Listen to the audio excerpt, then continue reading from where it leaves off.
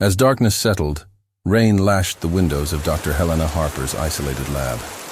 Her experiment's main component lay sprawled on a metal table, a recently deceased man, obtained legally through an agreement with the family.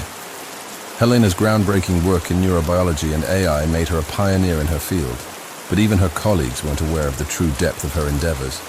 She believed she could bridge the chasm between life and death, and tonight, she would finally test her hypothesis.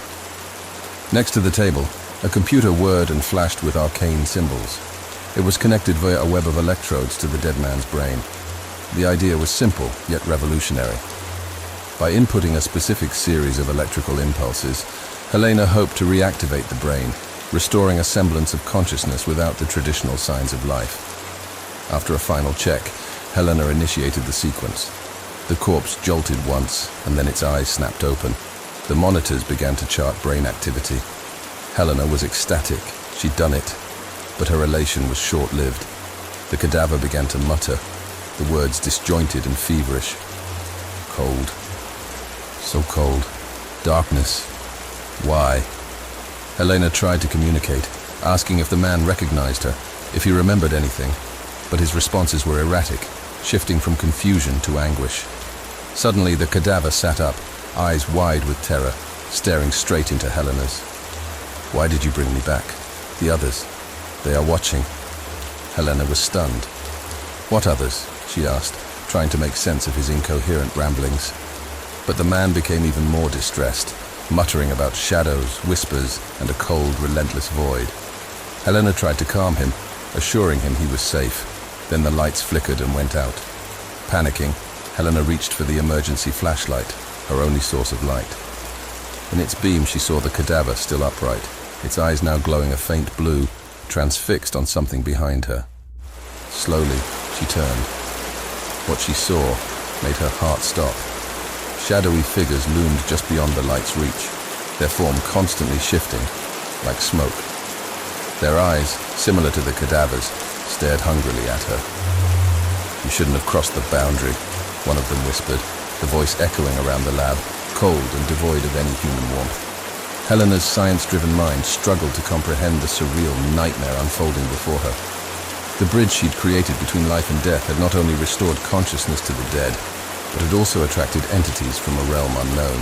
The cadaver spoke again, his voice a sad, desperate whimper. They want to cross over, Doctor. You opened the door.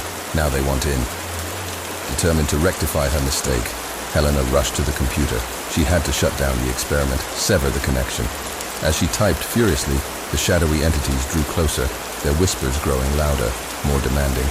Suddenly, the cadaver lunged, grabbing her wrist, its touch ice cold. It's too late, he murmured, his voice filled with pity and resignation. They've seen our world, and they want it.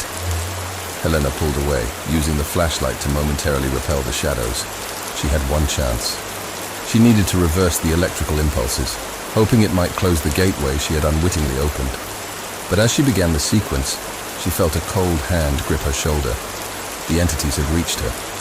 The lab was filled with a cacophony of whispers and screams as the boundary between life and death was torn apart. The next morning, the local police received a call from a concerned colleague. He had tried contacting Dr. Harper, but after numerous unanswered calls, he decided to check on her. Upon entering the lab, the officers found a scene of chaos. Equipment was scattered everywhere, monitors smashed, and in the middle of the room lay Helena, unconscious but alive. She was rushed to the hospital where she awoke days later, her memory of that night fragmented. No one believed her story. They attributed it to stress and an electrical mishap. But Helena knew the truth. She gave up her research, haunted by the knowledge of what lay beyond death, a realm filled with entities patiently waiting for another chance to cross over.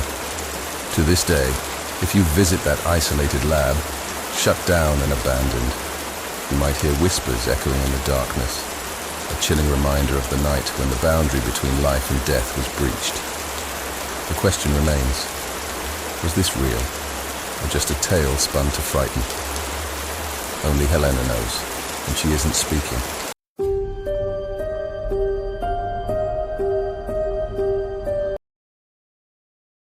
I've always been skeptical, began Eric, his voice hoarse from countless retellings. But what I experienced at my own residence remains in stark contrast to every rational bone in my body. Allow me to share. Eric had just closed on an old rustic home on the outskirts of the town, swayed by its charm and the low price. The previous owner had vanished without a trace, leaving the townsfolk abuzz with whispers and rumors. Eric paid no mind, attributing it to small-town myth-making. Week 1. The first indication that something was amiss came one late evening. As Eric was settling down, he was interrupted by a soft, melodic chirping. He ventured into the backyard and, to his shock, saw a diminutive creature with skin that appeared to absorb the moonlight. Its eyes were large, glowing with an eerie blue luminescence. Before Eric could process what he was seeing, it vanished into the inky blackness. Week 2. The creature's nightly visits persisted. Eric began to document these occurrences, setting up cameras around his yard. Reviewing the footage each morning, he found hours where the video showed nothing but blackness, though the chirping was clearly audible. But during one playback, he caught a brief glimpse of the creature, its luminescent eyes staring directly into the camera, its mouth moving in a chilling parody of a smile. Week 3. Disturbed, Eric consulted Old Town records and sought out the town's eldest resident, Mrs. Mayfield. Her reaction to his description was immediate. He was dealing with the Blackness Banshee, a creature spoken of in hushed tones, known to haunt a chosen victim, gradually drawing them into its dark realm.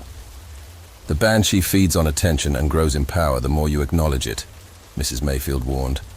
Eric was advised to ignore the creature completely, as recognition only fortified its presence.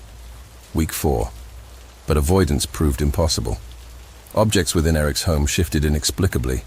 He would awake to find windows opened or doors ajar, and, invariably, there was the chirping, a near-constant background melody that began to grate on his sanity. On the 28th night, as a thick fog enveloped his home, Eric glimpsed the Banshee up close. Its body seemed a void of absolute darkness, its contours indistinct and wavering. The only solid, real aspects were those haunting blue eyes and that sharp-toothed smile. The Banshee began to beckon him. Drawn as if in a trance, Eric found himself stepping closer, his every instinct screaming for retreat.